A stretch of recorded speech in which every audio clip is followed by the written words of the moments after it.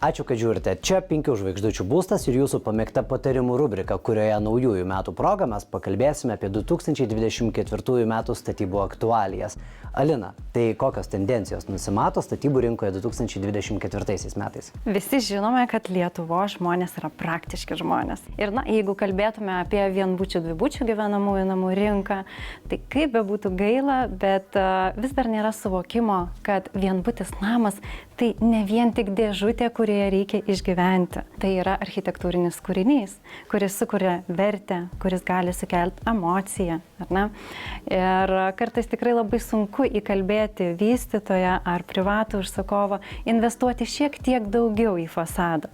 Ir aš tikrai suprantu, ką dabar sako žiūrovai, kad kaip čia jai paprasta kalbėti, ar ne? Ne jos pinigai. Ne jos pinigai. Ir kodėl aš turėčiau investuoti tą fasadą, ten 1-2 tūkstantį, jeigu už tos pačius pinigus aš galėčiau nusipirkti galbūt kažkokią buitinę techniką ar kažkokį baldą į vidų. Bet čia norėčiau nesutikti ir priminti likvidumo klausimą. Tai čia ir yra architekto užduotis - sukurti tokį namą, kuris bėgant laikui nenuvertėtų, o kaip tik jo vertė užaugtų. Ir aš tikrai tikiu, kad preciziškai sukurta architektūra, gražus fasadai, tvarios medžiagos apdailos, jos tikrai pakeltų tą namo vertę ir džiugintų ne tik aplinkinius, bet ir pačius namo gyventojus. Ar galėtume teigti, kad būtent tai ir yra 2024 metų tendencija - kokybė, likvidumas, geros medžiagos? Taip, Tomai, iš tikrųjų norėčiau šioje vietoje labai pasidžiaugti, kad vis dažniau atkreipiame dėmesį į natūralias apdailos medžiagas, tarkim medis, akmuo.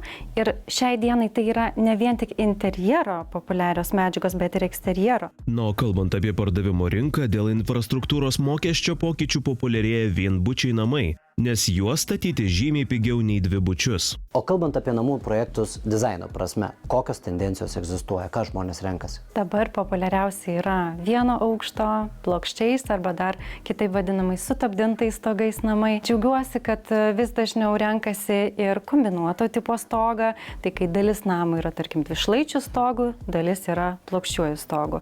Labai populiarėja Barnhouse tipo namai, ar ne, kai yra dvišlaitis stogas, bet be išsikišusių karnizų.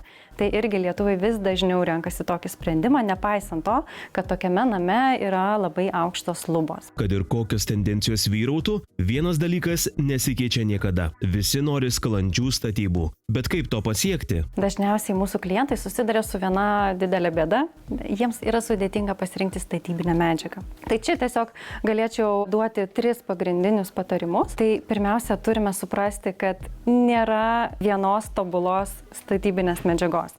Jei kalbėtume apie blokelius arba karkasinį namą, visiškai nesvarbu, tai kiekviena medžiaga turi savo privalumų ir trūkumų.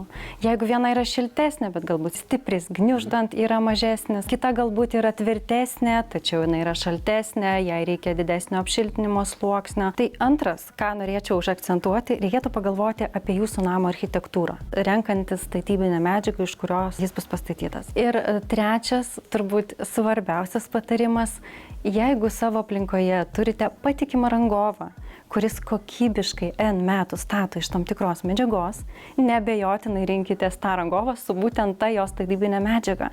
Nes kaip jau ir minėjau prieš tai, visos medžiagos turi savo privalumų ir trūkumų. Todėl čia reikia orientuotis į kokybišką statybą, o ne į medžiagą, iš kurios jūs statote. Kartais kalbantys su profesionalais, su architektais, ar ne, mes girdime, tokių daug teisinių, ar ne, sunkių išsireiškimų, kurie ne visai yra suprantami. Kalbant su tavimi, tai viskas yra tokia žemiška mūsų žmonių kalba, tai tau labai noriu padėkoti už patarimus. O mes, tęsiant mūsų susitikimą, pakalbėkime dar apie labai svarbius šiems metams reikalingus sprendimus. Tai yra, pavyzdžiui, projekto sudėtis. Į ką reikėtų atkreipti dėmesį? Pirmiausia, turbūt reikėtų suprasti, kad jei ateina klientas su noru gauti statybą leidžiantį dokumentą, tai mes siūlome dvejopą projektą. Tai gali būti techninis projektas, kuris skirtas tik statybos leidimui gauti, gali būti techninis darbo projektas. Tai yra statybos leidimui gauti ir statybai vykdyti. Įprastai statybų tikslas būna pastatyti namą, o ne tik gauti leidimą. Tad pakalbėkime plačiau apie antrąjį variantą. Techninį darbo projektą papildo konstrukcinė projekto dalis, kurioje yra apsprendžiami visi konstrukciniai sprendimai, skaičiavimai, statinio modelio sukūrimas. Ir šioje vietoje dar norėčiau paminėti, kad labai svarbu atlikti grunto geologinius tyrimus. Taip, šiai dienai įstatymų jie nėra privalomi ir be abejo čia jau visi pradeda naudotis, kad nereikia tai ir nedarysiu, bet visgi turime suprasti, kad statinio pamatai tai yra svarbiausia statinio dalis. Ir netlikus gruntinių tyrimų tikrai statybų metu galima labai stipriai nukentėti, suklysti ir statyba gali išbrangti daugiau negu būtų kainavę grunto geologiniai tyrimai. Alina, labai noriu padėkoti už šiandieninį susitikimą, už patarimus, kuriais net nebejoju, kad pasinaudoja mūsų laidos žiūrovai, tikrai bus laimingesni ir turės sklandesnės statybas. Ačiū ir tau, kad apsilankai pas mus. Brangūs žiūrovai, o daugiau naudingų patarimų kitą šeštadienį tuo pačiu metu 11:00, žinoma, per pačią žiūrimiausią TV3 televiziją. Gražaus jums savaitgalio, iki.